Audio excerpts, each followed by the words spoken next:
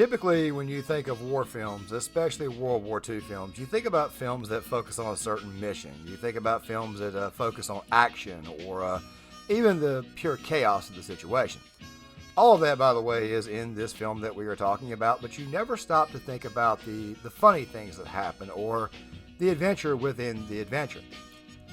Kelly's Heroes is, without question, probably one of the most quotable war films ever made, and as mentioned before, it has all the elements that I just mentioned. But still, though, it's really the characters in this particular film that make it so lovable. Now, gang, before we dive into this, I want you to know right now that there will be two separate versions of this video.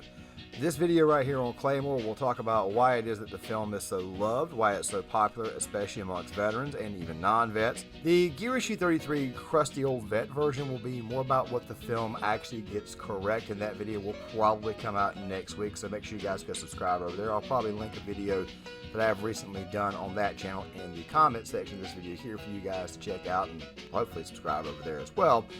But this video right here will not be some straight up plot explanation. Of course, there will be spoilers in this particular video, but still though, if you have not seen the film, I advise you guys go watch it. It is extremely entertaining. It is a classic. It's definitely one of my favorite films, and probably many of the people who clicked on this video's favorite film. Now guys, with that there out of the way, if you guys can, please hit the like button, please subscribe, please share the video, and let's talk about why it is that this particular film is so loved and revered.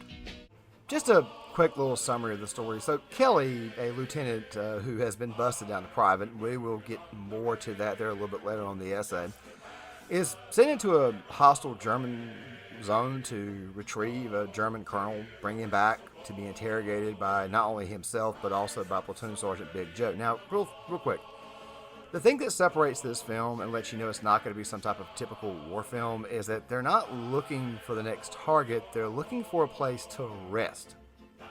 Yeah, like I said, more on those guys here in a second, but the point is they eventually go on an adventure to try to find the town so that way they can find the gold, and ultimately they succeed in getting the gold. Of course, it does take some, let's just say it takes some hard work to do this, to pull it off, including losing 3 of their own along the way, and of course also having to convince the German officer in charge of the garrison, the town of Claremont, to go along blowing up the door to get inside the bank.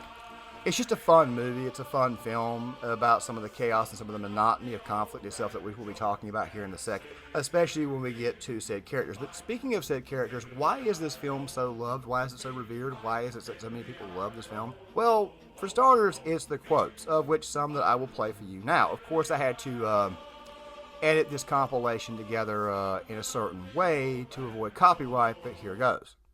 This is the Gravediggers Registration Unit. We got a stake in this advance, too, you know. Did you ever hear enthusiasm like that in all your life? You even got the damn Gravediggers in there. Suppose the bridge ain't there. Oh, man. Don't hit me with them negative waves so early in the morning. Joe? Yeah. I think I've got the crabs. And it'll be there. It's a mother beautiful bridge. And it's gonna be there. Okay? Okay, Chief. It's still up.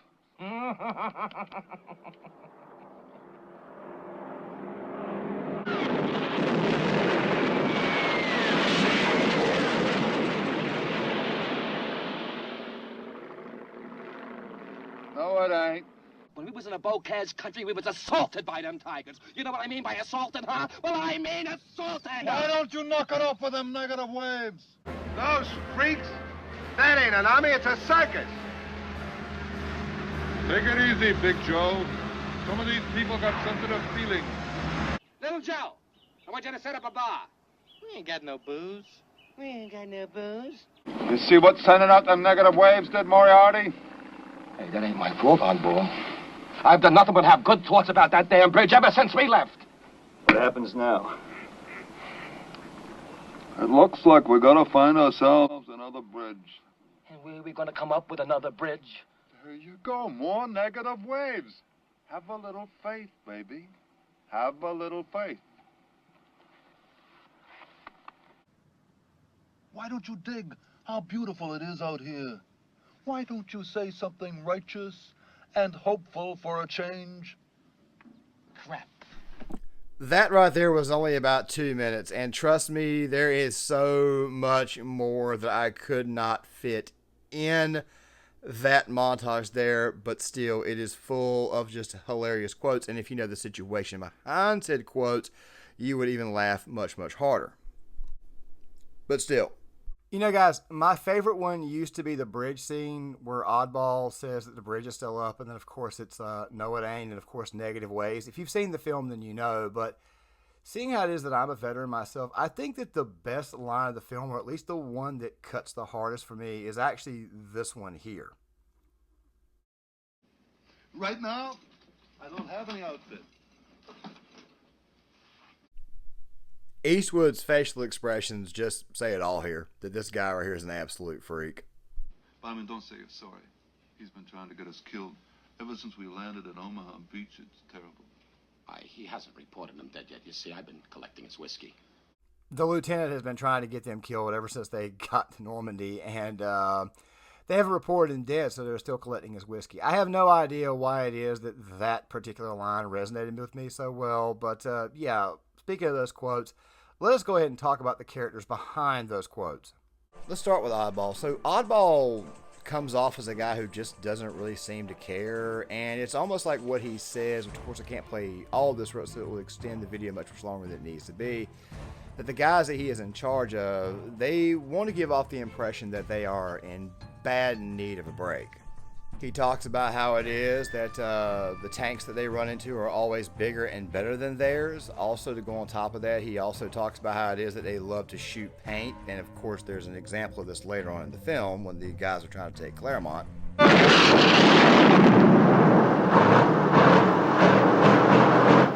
That's paint.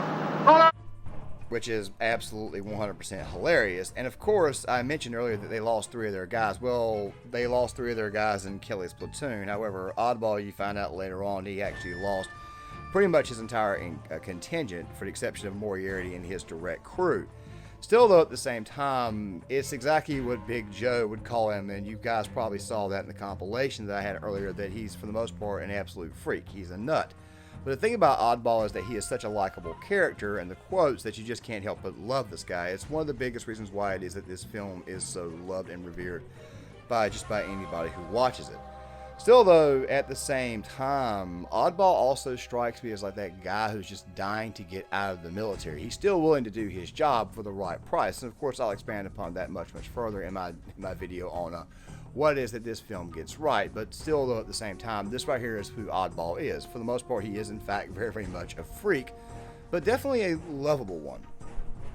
Now, while we're here talking about Oddball, we might as well talk about Kelly a little bit. So Kelly, played by Clint Eastwood, is a lieutenant, I mentioned this right earlier, who really has no chance of going up the chain or going up in rank.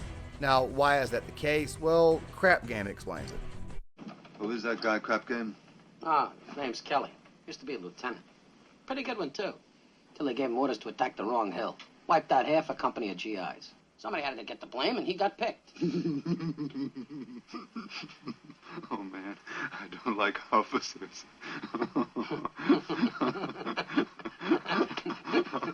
Neither does he, so relax. Yeah, crap luck. Kelly sees this opportunity at this goal as an opportunity to just, I wouldn't say so much stick it to the man. We'll talk about that a little bit later on over the course of this review, but the point is this right here.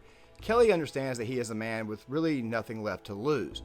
So why not take a chance on getting paid? And of course you find out that the $1.6 million that these people were originally told that it was, because in the full movie, if you watch it, you find that initially it's only worth roughly right around $1.6 million, which doesn't seem like a whole lot, but in that time frame was a lot, especially in 1944.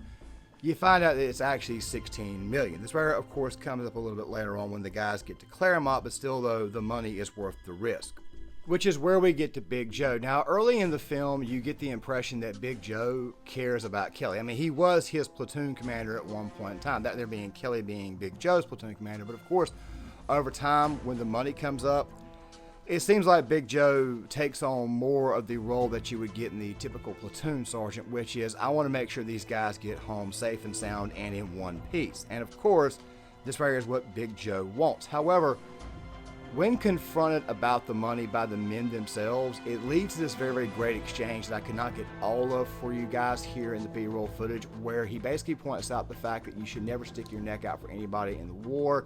He basically takes on the more fatherly role, and not to mention the fact that Big Joe is a guy who really is just trying to enjoy the break that he's got, roughly 3 days, and you find this out at the very beginning of the movie. He's very hard up about getting to those 3 days. Still, you find out that Big Joe does in fact care very, very much about his men, but it's his men that ultimately say, and let me play this right for you, that they understand the situation that they are in. To go. He's a nut. Well, we're all nuts, or we wouldn't be here. Pal, for $50 a month. Damn right. What good is a bonus gonna do for you when you're dead? The risk is the same one we've been taking since we hit the beaches. Only then you didn't have a choice. Now you do. 3 days from now, we're going back into the line, Joe. But this time, we're doing it for ourselves. Kelly's even got us armor support. What armor?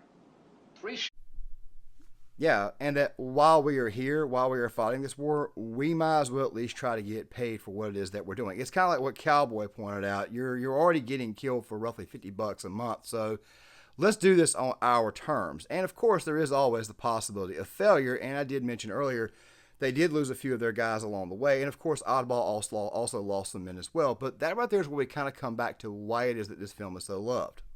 It's not just the quotes that I brought up earlier, it's also the little things. Little things like, for example, the scene where Oddball gets into a cafe that is right behind enemy lines. You figured Germans would be all over the place, but they were not. He was able to get in and out, use the phone. And the guy that he calls to bring in some additional support, he's sitting here wondering where he's going to find the men. And of course, this scene here happens. Oh, I need at least 100 guys. Where do I find 100 men just like that?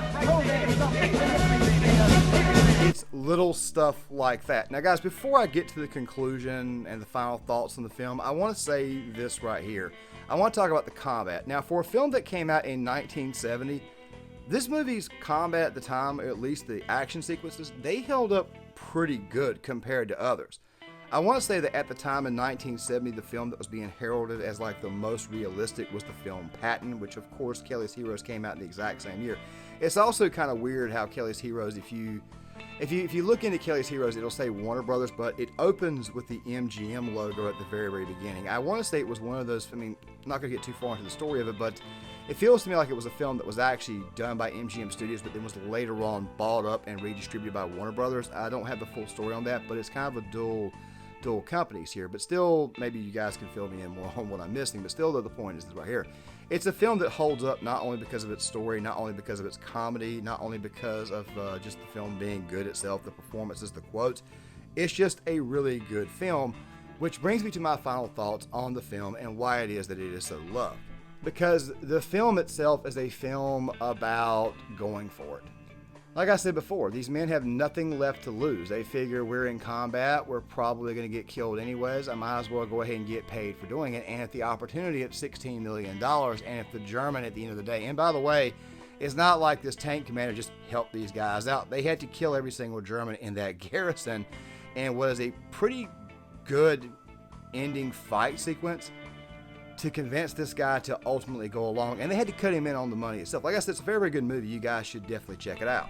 But as mentioned before, it's a film that's about going for it. Now, at the very end of the film, you kind of get this impression with the Kilroy thing at the end, where their captain, the guy who's actually in charge of the platoon, they actually get in charge of their company.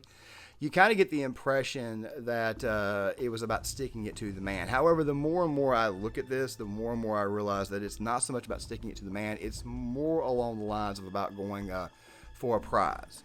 And as I mentioned before, none of these men have anything else to lose, so why not go for the $16 million? But there is one more component that I have not spoken about with this movie, and that thing is, well, the song.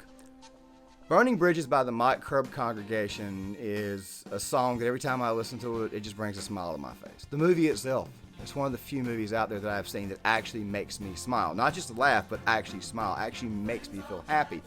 And the song itself, if you guys listen to the lyrics, you get the impression that the person who is singing the song is a man who, well, this is going to require a bit more detail, so bear with me on this. You get the impression that this right here is a guy that is clearly made up his mind. Let me further explain. I had to get the karaoke version of this song playing in the background while I'm doing this because actually playing the legit sound would get me a copyright claim, but that will probably be used in the What the Film Gets Right video, but just give you the heads up. If you listen to the lyrics, you get the impression that this right here is an individual who has, let's just say, decided to throw all caution to the wind and does not care what anybody thinks. Even though he has been warned about something on the horizon that just may destroy his life, he's already made up his mind. I really truly don't care. I'm going to go ahead and go through with this regardless. If you listen to the lyrics, you kind of get that impression. But then again, though, if you actually think about the main character of the film, Kelly, is, as I said earlier, he is a man that really has nothing left to lose. He cannot go any further up the military hierarchy. He's already been screwed over, as Crap Game explained. And there's just nowhere else for him to go. So it's kind of like saying, look, I'll do my job even though I'm on the bottom. And obviously I have no chance of going up any further. But you know what? Screw this. Screw you guys. I'm going to burn every single bridge that I have ever built. And I'm going to go get this gold. Or that is the impression that I get, or at least the meaning that I take away from it. Now guys, really quick, I'm going to go ahead and close this video out because there's really not a whole lot more that I can add to this, but you guys give me your thoughts on this. You guys tell me what you think about the film. Tell me what you guys think about the video essay. If you guys can, please hit the like button, please subscribe, share the video, sign up in the comments, and I'll see you guys later.